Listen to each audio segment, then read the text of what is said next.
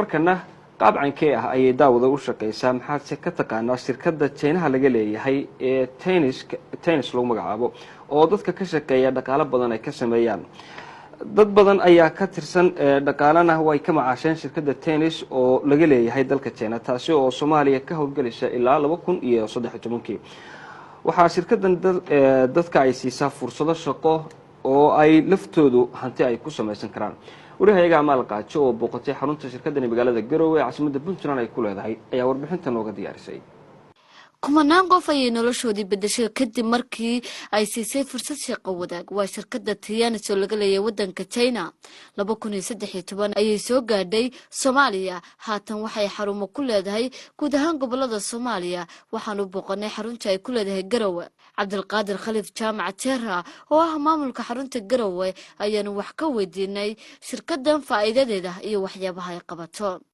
runtii company-gan waxa la dhahaa Tennis ama Tianshi waxaa la aasaasay 1994kii 1994 ilaa 1998 wuxuu u shaqaynayay sida caadiga oo maxay ahayd sheeg oo farmashiyaasha caadiga oo kaleeto buu ahaa 1998 wixii ka dambeeyay wuxuu ku beelay waxa la dhaho iibka tooska ama direct saleska markii ugu horeysay China uu ka bilaabay 3 milyan buu ku bilaabay 3 milyan baa hal mar soo biirtay markii uu arkay ninkaas bilyaneer dagaal Li Juan oo company-ga iskale buu wuxuu u bedelay wuxuu yiri intaan kaligay faa'iido lahaa way dadkoo dhan ay uga faa'iido waayeen markaas ayuu adduunka dhan geeyay Afrika ka bilaabay Europe iyo Asia meel kasta hal mar baa 10 milyan buu gaaray hadda waxaa ka shaqeysa ama nolol ka samaysa ama caafimaad ka heshay more than 40 million people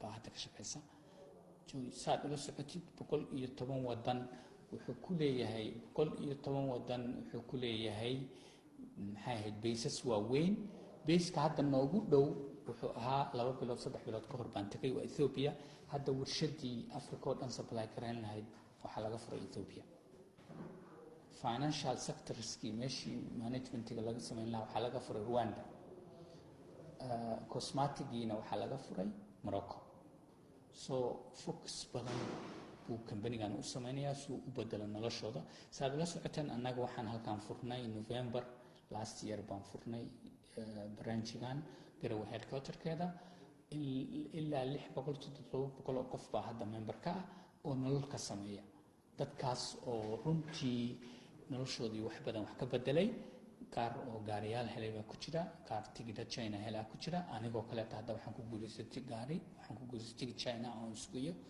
oo hadda shirkii ugu weynaaba wuxuu ka dhacayaa Indonesia sanadkan soo socda sanadkaas oo sanad guuradii 25aad loo dabaaldegayo markaasna waxay u badan tahay aniga iyo teamkayga badan inay ka qayb qaataan marka company-gu wuxuu sameeyaa healthy and wealthy caafimaadna wuu sameeyaa dadka qaarna wuxuu sameeyaa wealthy markay member noqdaan waxay ka sameeyaan commission base weeye oo marketing waxbaad iibinaysa daawo iibgeynaysa daawada iibgeynaysid baad adiguna dadkii caafimaad fiican u fidinaysaan qofkii daawadaas aad keentay qofkii keenayna wuxuu ka helayaa commission not only that waxa kaleeto oo uu aad uga helayo waxa weeye waa personal development runtii 6 months qofka nala jooga dhalinyarada jaamacadaha dhigta kuwa iskoolka dhigta markay 6 bilood annaga nala joogaan waxay noqdaan leaders because waxa lagu tababarayaa saad hadaf u samaysan lahayd saad dream u samaysan lahayd saad leader u noqon lahayd dad hogaamin kara oo kale lagu train garanaya marka saddexdaas faa'iido oo waaweyn baa laga helaa healthy caafimaad daawo quality leh oo aan all ISO iyo ISO 2 iyo ISO 3 soo martay adduunka laga soo jeegareeyay oo quality leh oo herbal oo hadii ay maxay ahayd sheeg ad daawada isticmaashid waxa weeye caafimaadkaaga within 1 week 2 weeks isbedel ku dareemaysid 6 biloodna say u badan tahay cudurka jirkaaga oo dhan ka saaraysa daawadina waxay u shaqeysaa cap triangle-ka waxa la dhaho cleansing nadiifin marka ugu horeysa wixii wasaq ku jirtay jirkaaga ka nadiifinaysaa marka labaad waxay sameynaysaa waxa la dhaho maxay ahayd sheeg supplement wixii ka dhimanaa bay ku cover gareynaysaa marka saddexaadna balancing wixii bay balance gareynaysaa tan afraadna waxay sameynaysaa rebalancing so halkaana number wajiga number kaaga dhacay numberkii waa daawaysid kadib sidii bay kusoo celinaysaa. dad ayaa halkan u yimaadaa fahamka faa'iidada dhaqaale ee shirkaddan iyo hanaanka loola howlgalo. waxaa shirkaddu diyaarisay macallimiin dadka u tababara habka ay ula falgelayaan shirkadda. xasan iyo xaawo waxay ka mid yihiin dadka aan kula kulmay xarunta shirkadda ee iyagu xubnaha ka atiyaanaysa, waxaana ay iga sheekeeyeen faa'iidada ka soo gasha. waxaan ka shaqeeyaa kambanigan baa memberka ahay tennis adigu muddo sanad iyo xoogaa baan hadda ka shaqeynayay. adigu darajooyin baa la galaa oo kala duwan. waxaan ku jiraa darajooyinka darajada la yidhaha Adstar Bros Line baan u dhowahay. adigu African Share baan ahay, Global Share baan yaro jiraa insha Allah. aan sanadkan insha Allah aan ku dadaalayaa. intaan kambanigan ku soo biiray waxaan ka helay waxyaalo badan, hadday tahay caafimaad, hadday tahay dhaqaale, iyo hadday tahay maxay ahayd toy labada dhanba. bismillaah, magacayga waxaa Khali Faarax, waxaan ahay member ka tirsan kambanigan Tianis. waxaan ku biiray 2018 bishii 12/15keedii. waxaan ka shaqeynayay, waxaan ka maraya hadda darajooyinka kambaniga laga gaaray darajo la yiraahdo 6 star above. 7 starkii baa waxa iga dhiman wax yar. aad iyo aad baan ugu faraxsanahay inaan ka mid noqdo kambanigan. waxaan ka helay faa'iidooyin badan xagga caafimaad ahaan. anigu markii kow aan imaanayay la igu soo casumay, waan xanuunsanaa, bukaan baan ahaa.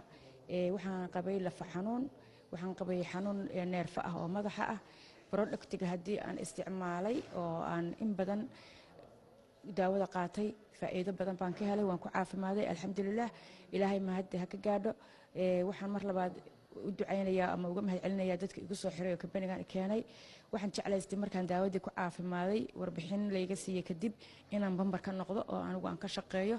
sidii baan uga shaqeeyaa. faa'iido aan ka helay, faa'iidooyin badan baan ka helay. waan isdiiwaan geliyey go'aanka haddaan qaatay. waxaan la wadaagay asxaabteedii 2-3 qof oo asxaabteeda baan la wadaagay. waan ku soo casumay, waxaan yidhi anigu daawadaanan qaatay, waan ku caafimaaday, inaan ka shaqeeyaan go'aansaday. member baan ahay, waan ka shaqeeyaa, idinkana kale igala shaqeeya. way aqbaleen, way gala shaqeeyeen. wiigii koowaad faa'iidadii dadkii iibkii aan sameynay daawadan kambaniga waxaan ka faa'iiday in aan shaqaysan karo anoo aan shahaado laygu xirin. yaan hadalkaas dhexgelina, anaan laygu xirin qabiil, anaan laygu xirin nabadoon iyo isin keenso. profession qof walba ka shaqaysan karo hadduu wax yaqaan iyo hadduusan wax aqoon. xataa qofka wax yaqaan oo PhD-ga wata, kambanigan inuu warbixinta fahmo, qaabka looga shaqeynayo fahmo, isagoo systemka qaato. system bay leedahay u gaara, systemkiisa la baro oo ku shaqeeyo. shirkaddan oo ka shaqaysa in ka badan 200 oo wadan ayna ka shaqeeyaan malaayiin qof, dadka qaybtooda ayaa waxay aaminsan yihiin in ay tahay mid horumarinaysa aadamaha, halka kuwa kale ay dhaliilsan yihiin shaqadeeda. Amal Qaaji, warbaahinta dowladda, Garowe.